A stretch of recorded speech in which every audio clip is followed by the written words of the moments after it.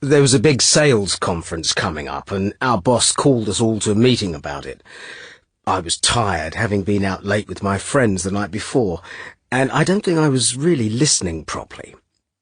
Anyway, we were all given our products to present, and we had to prepare a talk and demonstration to present to the sales force. I decided to work really hard on my own to create a good impression on my boss.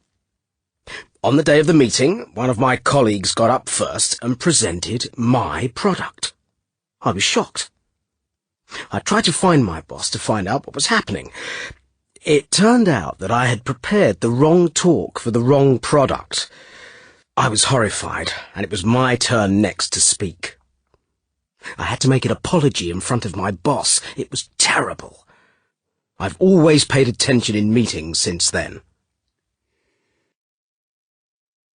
Speaker 2. Last week I went to the cinema with my friend Becky. I should say at this point that I'm new to the city, having only moved here a couple of months ago. Anyway, we'd arranged to meet at 10 to 7 outside the Odeon cinema. I was a bit late, but there was still plenty of time before the film started, so that wasn't a problem. What was a problem was that Becky didn't turn up. I waited till 7 and then rang her on her mobile.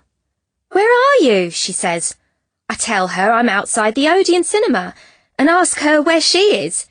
She says she's outside the Odeon too. "You can't be," I say.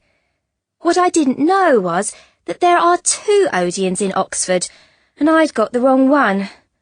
Luckily they aren't far apart, and so Becky gave me directions to the other cinema. We had a good laugh about it later.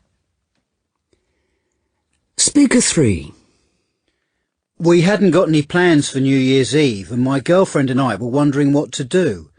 We'd rung a few friends to see if they were at a loose end, but everyone seemed to have plans. Finally, I asked a couple we'd met fairly recently, Rob and Rosie, if they were doing anything. I spoke to Rob on the phone, and he said they usually got together with a set of old friends from university, but why didn't we pop round for a drink and a bite to eat with them in the evening?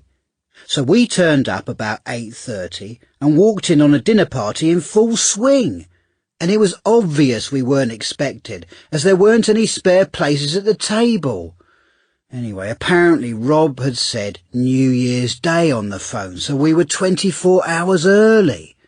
They were really nice about it and made us feel welcome, but I felt terrible and just wanted the floor to swallow me up. It was so embarrassing. Speaker 4. It was about 3 months ago, I guess, and we'd been invited to my brother's for the weekend. He'd just moved house, so we hadn't been there before. He rang me beforehand and told me how to get to his cottage, which is in a small village in the middle of nowhere. So we set off, and I didn't bother to check where we were going on the map. We got hopelessly lost because I'd written down the wrong road. I thought my brother had said, follow the A214, but he swears he said the A241. Anyway, we got there in the end, but about 2 hours late. Speaker 5. I'd just got this new job in a big advertising agency. I think I'd been there about a week. I got an email from my boss about a departmental meeting. The email wasn't addressed directly to me, but seemed to be copied to the people in my department, so naturally I assumed I should attend. I set off for the meeting, but I didn't know exactly where the room was, and I got a bit lost on the way, so I arrived about 5 minutes late. I walked into the meeting room, and everybody stopped talking and stared at me. I just said, "Sorry, I'm late," and my boss thanked me quite kindly, but said that I needn't be there. I felt awful and turned completely red from embarrassment. It turned out that they needed to discuss what projects they were going to give me. I felt such a fool.